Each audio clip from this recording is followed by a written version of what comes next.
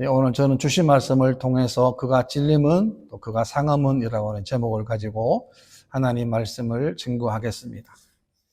하나님의 창조 세계를 보아도 하나님의 기이한 영광을 우리가 볼 수 있습니다. 마찬가지로 인간이 우리가 죄인된 우리들이 구원받는 것에도 하나님의 경이로운 방법을 우리가 깨우치게 됩니다. 인간이 구원받을 수 있는 길은 오로지 한 길밖에 없습니다. 그 길은 예수 그리스도를 통한 길 외에 인간이 구원받을 수 있는 길은 없습니다. 무슨 말이냐면 인간의 그 어떤 좋은 선행이나 공로가 인간의 구원에 아무런 영향을 끼치지를 못한다라고 하는 것입니다. 오직 예수 그리스도를 통해서만 우리 인간이 구원을 받습니다. 에베소 2장 말씀 보게 되면 너희는 그 은혜에 의하여 믿음으로 말미암아 구원을 받았으니 이것이 너희에게서 난 것이 아니요 하나님의 선물이라고 분명히 말씀합니다. 구원은 전적으로 하나님의 은혜의 선물이 되는 것입니다. 지금 우리는 사순절을 보내고 있습니다. 예수님께서 십자가를 지시기 전에 40일 동안 예수님을 더 묵상하고 또 십자가의 의미를 다시 한번 더 깊이 새길 수 있는 시간을 우리가 가지고 있습니다. 십자가의 의미가 점점 더 퇴색되는 시대에 우리가 다시 한번 더 예수님의 사랑, 예수님의 십자가, 예수님의 고난을 다시 한번 더 묵상하고 바라볼 수 있는 시간을 우리가 지금 갖고 있습니다. 인간의 죄는 참으로 참혹합니다. 너무나 추악하고 더럽습니다. 그러나 하나님은 우리를 죄 가운데 버려두지 아니하시고 십자가를 통하여 우리를 구원하셨습니다. 십자가형은 너무나 잔인하고 끔찍해서 로마 시민권을 가진 사람들에게는 주지 않았습니다. 십자가형은 노예나 반란자나 극악한 강도들에게 주어진 형벌이 바로 십자가였습니다. 그런데 예수님께서 이런 십자가에서 죽으셨습니다. 베드로전서 2장 말씀 보게 되면 친히 나무에 달려 그 몸으로 우리 죄를 담당하셨으니 이는 우리로 죄에 대하여 죽고 의에 대하여 살게 하려 하십니다 라고 했습니다. 여러분, 우리가 예수님의 십자가를 통해서 죄에 대해서 죽었다라고 했어요. 이 말이 뭐냐면 예수님의 십자가의 은혜로 말미암아 더 이상 우리는 우리의 죄와 상관이 없다는 거예요. 예수님의 십자가의 그 놀라운 은혜가 우리로 하여금 그 모든 과거의 앞으로도 모든 미래의 죄까지도 우리와 상관이 없는 의인으로 하나님이 우리를 삼아주신 거예요. 그래서 토마스 아퀴나스가 쓴 그리스도를 본받아라는 책에 보면 이런 내용이 있는데요. 그리스도인은 십자가에서 도망칠 수가 없다. 십자가를 피한다면 이미 그리스도를 따르는 자가 아니다. 그대가 밖으로 도망쳐도 거기 십자가가 있고 안으로 숨어도 거기 십자가가 볼 것이다. 위로 올라가도 십자가를 기다리고 밑으로 파고들어도 십자가가 있을 것이다 라는 문구가 있습니다. 왜 이런 말을 했을까요? 그것은 십자가를 통해서 인간들에게 구원의 문이 열려져 있기 때문에 그렇습니다. 저는 본문에서 몇 가지로 교훈을 얻고자 합니다. 첫 번째는 가장 낮은 모습으로 이 땅에 오신 예수 그리스도이십니다. 예수님께서 하늘 보좌를 버리시고 이 땅에 오신 그 자체가 가장 낮은 모습으로 이 땅에 오셨습니다. 예수님이 어디서 태어나셨습니까? 예수님은 말구에서 태어나셨습니다. 우주의 왕이시고 만왕의 왕이신 그분이 이 땅에 오셨는데 머물 곳이 없는 거예요. 예수님은 근본 하나님과 본체이시나 인간을 위하여 스스로 하늘의 보좌와 영광을 버리시고 낮고 천의 땅에 오셨습니다. 왜요? 왜 오셨습니까?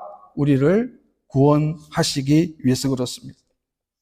모든 인간은 아담의 원죄로 말미암아 영원한 하나님의 심판, 영원한 하나님의 진노를 받을 수밖에 없는 자가 되었기 때문에 그렇습니다. 인간은 스스로 구원의 길을 만들 수도 없습니다. 바로 그러한 때에 예수님께서 인간의 몸을 입고 이 땅에 오신 것입니다. 2절에 보게 되면 그는 주 앞에서 자라나기를 연한 순 같고 마른 땅에서 나온 뿌리 같아서 고운 모양도 없고 풍채도 없은즉 우리가 보기에 흠모할 만한 아름다운 것이 없도다라고 했습니다. 예수님은 하나님 앞에서 자라났습니다. 이 말은 뭐냐면 예수님은 하나님의 돌보심을 받고 성장했다는 말입니다. 또한 예수님은 연한 순 같다고 했는데요. 고목들이 죽은 나무 있는 것 같았는데 봄이 되니까 그 고목 같은 나무에서 연한 가지가 줄기가 순이 나는 것과 똑같은 거예요. 또한 예수님이 나올 때가 어떤 때냐면 마른 땅이라고 했는데요. 이 마른 땅이라는 것은 부패한 시대에 완악한 심정을 가진 그런 때에 예수님이 이 땅에 오신 거예요. 예수님은 몰락한 유대의 다윗 왕조의 이름 없는 후손에게서 예수님이 탄생하셨습니다. 그 당시에는 유대 나라가 로마의 주권을 빼앗긴 형국이었어요. 그러한 때에 예수님이 이 땅에 오신 것입니다. 또한 예수님은 고운 모양도 없고 풍채도 없은즉 우리가 보기에 흠모할 만한 아름다운 것이 없도다라고 했습니다. 무슨 말일까요? 예수님은 사람들의 인기를 끌고 사람들의 환호성을 받을 만한 것이 아무것도 없다는 거예요. 그렇습니다. 예수님은 가장 낮은 모습으로 이 땅에 가장 낮은 모습으로 가장 낮은 곳에 이 땅에 오신 거예요. 여러분, 기독교 정신이 뭡니까? 기독교 정신은 가장 낮은 곳에서 시작하는 거예요. 가장 낮은 모습으로, 가장 겸손한 모습으로 시작하는 것, 이것이 바로 기독교 정신이라고 하는 것입니다. 예수님 말씀하신 것처럼 이 땅에서 우리가 소금으로 사는 것, 또 빛으로 사는 것은 우리가 이 땅에서 가장 낮은 모습으로 살아가라는 거예요. 그래야 이 땅이 맛있는 음식이 된다는 것입니다. 그런데 어느새 알게 모르게 우리는 낮은 곳에 있는 것이 아니고 낮은 곳에 있어도 마음은 높은 곳에 가 있는 거예요. 사람들이 좋아하는 그 명예와 사람들 더 좋아하는 자리를 지금 원하는 것. 그래서 오늘 기독교 정신이 많이 훼손되었고 때로는 세상 사람들의 비난을 받는 이유가 바로 여기에 있는 거 아닙니까? 그렇기 때문에 우리들은 사순절을 보내면서 다시 한번 우리 자세를 가다듬어야 합니다. 뭔 말입니까? 가장 낮은 모습, 가장 겸손한 모습으로 예수님을 믿고 교회를 섬기고 우리가 하나님의 거룩한 자녀로 우리가 살아가야 하는 것입니다. 그 다음에 두 번째는 예수님의 죽으심을 통해 얻게 된 영원한 생명입니다. 3절인데요. 그는 멸시를 받아 사람들에게 버림받았으며 강고를 많이 겪었으며 질고를 아는 자라 마치 사람들이 그에게서 얼굴을 가린 것 같이 멸시를 당하였고 우리도 그를 귀히 여기지 아니하였도다라고 했습니다. 예수님은 멸시를 받으셨습니다. 예수님은 간고를 당하셨습니다. 예수님은 질고를 하신다라고 했습니다. 예수님 무슨 멸시를 당하셨습니까? 사람들이 예수님의 말씀에 귀 기울이지 않는 거예요. 예수님의 복음에 무관심한 것입니다. 또한 예수님께서 친히 십자가에 못 박히신 것에 대한 고난을 말하는 것입니다. 아무 죄 없으신 예수님께서 우리 죄 위해서 십자가에서 비참하게 돌아가신 거예요. 또한 간고라고 하는 말이 나오는데 이 간고라고 하는 말은 슬픔입니다. 예수님은 어떤 슬픔을 가지셨습니까? 그것은 예수님께서 복음을 전하셨지만 그 복음을 듣지 않는 사람들로 말미암는 슬픔인 것입니다. 복음을 듣지 않음으로 말미암아 그 영혼이 영원토록 하나님의 진노와 저주를 받게 됨에 따른 예수님의 슬픔인 것입니다. 그렇기 때문에 우리들에게 주어진 사명이 중요합니다. 왜요? 우리들에게는 죽어가는 영혼을 살리는 사명을 하나님께서 저희들에게 허락해 주셨기 때문에 그렇습니다. 우리 이번 주 성도 암송이 뭡니까? 지난주에는 주 예수를 믿으라. 그리하면 너와 내 집이 구원을 받으리라는. 여러분, 내가 예수를 믿게 되면 나를 통해서 우리 집에 구원의 문이 열린 거예요. 얼마나 놀라운 은혜입니까? 예수님께서 말씀하셨습니다.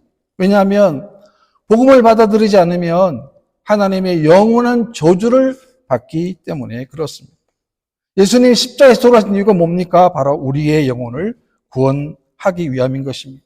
또한 예수님은 우리의 질고를 다 아십니다. 이 질고라고 하는 뜻은 예수님께서 육체적인 고통을 우리와 똑같이 느끼는 것을 말하는 거예요. 그게 무슨 말이냐면 우리가 세상 살다 보면 어려움도 있고 고난도 있고 고통도 있습니다. 오해도 있어요. 이런 모든 것들을 예수님이 모르는 게 아니고 다 아신다는 거예요. 왜? 그런 마음으로 예수님이 십자가를 지셨기 때문에 그렇습니다.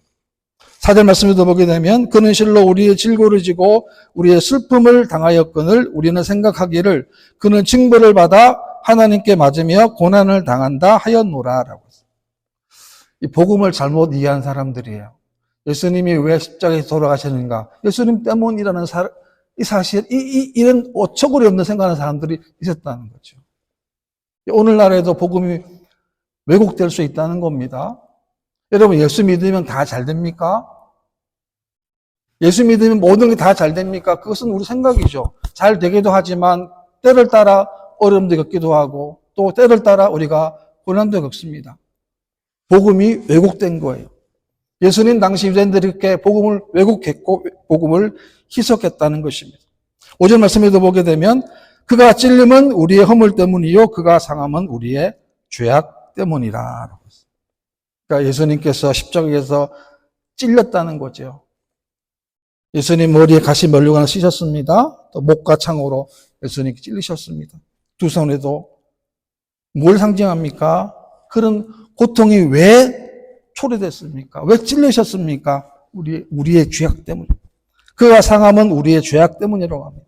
예수님의 상함을 보게 되면 뼈가 부스리 같은 그런 아픔을 예수님이 겪었습니다. 왜? 우리가 저지른 수많은 죄악들 때문에 그렇습니다. 그 죄를 사하기 위해서 예수님이 상함을 십자가에서 받으신 거예요. 예수님이 십자가를 지셔야만 했습니까? 왜 이런 고난을 당하여야만 됐습니까? 그것은 바로 누구의 죄가 아닙니다. 나의 죄예요. 누구의 허물도 아닙니다. 나의 허물이에요. 우리가 뉴스를 보게 되면 어떤 사람이 죄가 들통이 났어요. 보기에는 멀쩡한 신사인데 그 죄가 폭로가 된 거예요. 그럼 많은 사람들이 비난을 합니다. 비난할 수 있죠. 왜? 그 사람이 그런 정말 악한 일을 했구나 하는 사실이. 그런데 가만히 생각해 보면 그 사람만 그 죄를 저질렀을까요? 아니에요. 우리도 똑같은 죄인입니다. 우리 죄가 알려지지 않았고 들통나지 않았을 뿐이지 우리도 똑같은 죄인들이에요. 하나님 그 죄를 다 보시고 다 아심에도 불구하고 우리 죄를 사하기 위해서 예수님께서 상함 받으시고 찔림을 받으신 거예요. 6절입니다. 우리는 나 양 같아서 그릇 행하여 각기 제 길로 갔거늘 여호와께서는 우리 모두의 죄악을 그에게 담당시키셨도다. 우리 양 같다는 양의 특성이 뭐냐면 고집이 센 동물이에요. 양은 자기가 하고 싶다 하면 끝까지 하고자 하는 그런 동물이 양입니다. 이상하게 양을 비교하지 않습니까? 우리 인생도 마찬가지예요. 우리의 주위에 죄가 넘칩니다. 왜 넘칠까요? 죄는 언제나 달콤하기 때문에 그렇습니다. 여러분, 죄의 유혹은 언제나 달콤해요. 에덴 동산에서 하와를 유혹했던 그 뱀, 악한 사단이 간교한 말로 유혹했던 것처럼 지금도 마찬가지 아닙니까? 네 하고 싶은 대로 네 본능대로 살아가라는 거예요. 이것이 죄의 본질이고 타락한 인간의 본질이라고 하는 것입니다. 그렇기 때문에 예수님이 없는 곳에는 아무리 아름답게 포장을 하고 예쁘게 꾸며도 한꺼풀만 벗겨보면 그 안에는 온갖 세상의 악취와 냄새가 진동하게 되는 거예요. 예수 안 믿는다는 것은 교회 안 나온다는 것 정도, 내가 종교가 기독교 아니라는 그 정도가 아닙니다. 하나님을 거부하고 말씀을 거부하게 되면 어떻게 됩니까? 그 영혼이, 그 삶이 마지막 죽음과 함께 영원한 하나님의 진노, 형벌을 받게 되는 거예요. 로마서 8장 말씀에도 보게 되면 그러므로 이제 그리스도 예수 안에 있는 자에게는 결코 정죄함이 없나니 라고 했습니다. 왜 예수 안에 있는 자들에게는 정죄함이 없습니까? 그 이유는 예수님께서 내 죄를 위하여 십자가를 지시고 정죄함을 예수님께서 대신 받으셨기 때문에 그렇습니다. 우리는 법적으로 의인이 됐습니다. 우리가 물론 세상 가운데 죄를 짓고 범죄하지만 그러나 하나님 법적으로 우리를 죄인으로 삼아주신 거예요. 그래서 우리가 십자가를 생각하면 할수록 우리 죄가 얼마나 깊은가, 내 안에 있는 죄성이 얼마나 간악하고 악한가를 깨닫게 되고 동시에 하나님의 사랑이 얼마나 귀한가를 알게 된다는 것입니다. 왜냐하면 우리가 구원을 받았지만 여전히 죄와 싸움에 넘어질 때도 있기 때문에 그렇습니다. 그 다음에 세 번째는 예수님의 십자가 이후의 삶은 첫 번째는 평화를 누리게 됩니다. 5절 하반절 말씀 보게 되면 그가 징계를 받음으로 우리는 평화를 누리고 그가 채찍에 맞음으로 우리는 나음을 받았도다라고 했어요. 첫 번째는 하나님과 평화를 누리게 됩니다.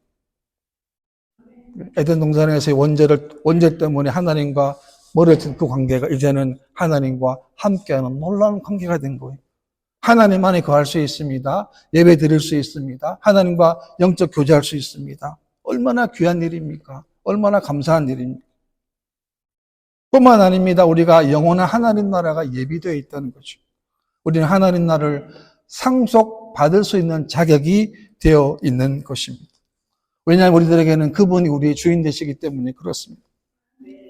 우리들에게는 화평이 있습니다. 평안이 넘칩니다. 우리는 세상 가운데 실만한 물가가 어딘 줄 알게 되었습니다. 어디로 가야 하는지를 알게 되었습니다. 이제는 우리가 인생의 수고하고 무거운 짐을 누구한테 맡겨야 되는 걸 알게 되었습니다. 누구입니까? 그분은 바로 하나님 한 분입니다. 예외 없습니다. 이 땅의 모든 사람은 다 저마다 고민이 있고 저마다 무거운 짐들이 있다는 거죠. 그 다음 두 번째는 뭐냐면 나음을 입게 됩니다. 그가 채찍에 맞음으로 우리가 나음을 받았도다라고 했습니다. 예수님 채찍으로 맞으셨어요. 손바닥으로 맞으셨어요. 갈대로도 맞으셨습니다. 만왕의 왕 되시는 그분이 우리 죄 때문에 우리 죄를 사기 위해서 손바닥으로 채찍으로 갈대로 맞으신 거예요. 그런데 예수님의 채찍으로 말미암아 우리가 나음을 입게 된 거예요. 우리가 예수님을 믿음으로 우리가 영혼만 구원받은 게 아닙니다. 요한 3서 1장에 보게 되면 사랑하는 자여 내 영혼이 잘됨같이 내가 범사에 잘되고 강건하기를 내가 간구하노라. 예수 믿으면 우리의 영혼이 잘됩니다. 왜? 하나님의 영적 교제가 더 깊어지기 때문에 그렇습니다. 이 땅에서 아무리 부귀영화를 누린다 할지라도 하나님 없는 인생은 아무것도 아니에요. 저도 나이가 이제 들면 들수록 깨닫는 게 있는데 그것이 뭐냐면 인생의 허무감이에요. 그토록 노력해왔던 노력들, 그동안 해왔던 모든 노력들이 지금 생각해보면 참 많은 인생의 허무감을 느끼게 되는 제도 이제 나이가 드니까요. 여러분, 그 전에 인생의 허무감 느끼기 전에 우리는 하나님께로 돌아와야 하나님은 언제나 우리를 받아주십니다. 뿐만 아닙니다. 범사가 잘 됩니다. 일상적인 삶 가운데서 하나님의 축복을 우리가 누리게 되는 거예요. 매 순간순간 넘어지기도 합니다. 시험에 들기도 하지만 그러나 하나님이 도와주시고 붙잡아 주시는 거예요. 저 같은 경우는 이제 아버님 목회하시다가 큰 교회 하시다가 교회 어려움 당하시고 아무도 없는 개척을 아무도 없는 그러니까 한국에서 집 구조는 다 둘러봤습니다. 반지하부터 해가지고 옥탑방, 나중에는 교회 안에다 뭐 살림 차리고 또 아파트 20평에도 살아봤습니다. 또 빌라도 살아봤습니다. 그런 과정을 겪으면서 뭘 했냐면 제 안에 대해서 제가 느꼈던 그 어릴 때 충격받던 그 사건이나 그런 것들이 깨끗하게 하나님 자연스럽게 이렇게 원망의 불평이 아니고 그것이 하나님의 은혜 가운데 사라지게 하는 하나님의 은혜였다는 거죠. 왜 그렇습니까? 그 인간이 할 수 있는 게 아니에요. 하나님이 하신 것입니다. 히브리 12장 말씀해 보게 되면 믿음의 주여 또 온전하게 하시는 예수를 바라보자 그는 그 앞에 있는 기쁨을 위하여 십자가를 참으사 부끄러움을 개의치 아니하시더니 하나님 보좌 우편에 앉으셨느니라. 예수님이 십자가를 참으셨는데 예수님이 부끄러움을 개의치 않는 이유가 뭡니까? 그 앞에 있는 기쁨을 위하여 참으신 거예요. 어떤 기쁨일까요? 우리가 구원받는 기쁨. 저와 여러분들이. 예수님은 큰 고통, 엘리 라마 사막다리 고통을 외쳤지만 그 안에는 기쁨이 있었다는 거예요. 왜? 내가 죽음으로 말미암아, 내 피로 말미암아 저 영혼들이 구원받을 수 있는 길이 열렸기 때문에 예수님은 그 기쁨을 가지고 십자가를 찾으신 거예요. 히브리서 9장입니다. 한 번 죽는 것은 사람에게 정하신 것이요 그 이후에는 심판이 있으리니. 그렇습니다. 미국의 35대 대통령은 존 F 케네디 대통령인데요. 젊은 나이에 대통령이 되어서 전 세계인의 존경을 받는 대통령이 되었습니다. 그가 차기 대통령에 재선하기 위해서 달라스로 가서 선거 유세를 하는 도중에 열렬하게 환호하던 군중들에게 손을 흔들어 담나는 순간에 괴한의 총탄에 맞아 세상을 하직하고 말았습니다. 여러분, 존 F 케네디 대통령이 몇 살에 세상을 떠난지 혹시 아십니까? 46세예요. 그렇게 젊은 나이에 세상을 떠났습니다. 인생은 한 번 태어나면 반드시 한 번은 죽게 됩니다. 그리고 죽음 이후에는 분명히 하나님의 심판이 있습니다. 인생의 죽음이 분명한 것처럼 심판도 분명합니다. 그렇다면 우리가 해야 할 일이 분명한 것입니다. 무슨 말입니까? 예수님처럼 자기 십자가를 지는데 어떤 마음으로요? 기쁜 마음. 기쁜 마음. 내가 하는 하나님의 일, 내가 하는 교회의 일, 내가 하는 모든 일들을 통해서 하나님 나라가 세워지고 영혼이 구원받고 가정이 회복되는 그 기쁨을 위해서 우리가 자기 십자가를 지고 살아가는 거예요. 그것이 오늘 주신 하나님의 말씀입니다. 특별히 지금 우리가 사순절을 보내고 있는데 사순절은 그런 의미로 하나님 주신 사명 잘 감당하겠습니다. 나를 통해서 더 많은 영혼들이 구원받고 더 많은 영혼들이 회복되고 더 많은 영혼들, 더 많은 가정들이 하나님의 놀라운 그 은혜를 받게 하는 축복의 통로가 될 수 있는 그런 믿음의 삶 되시기를 주님의 이름으로 축원합니다.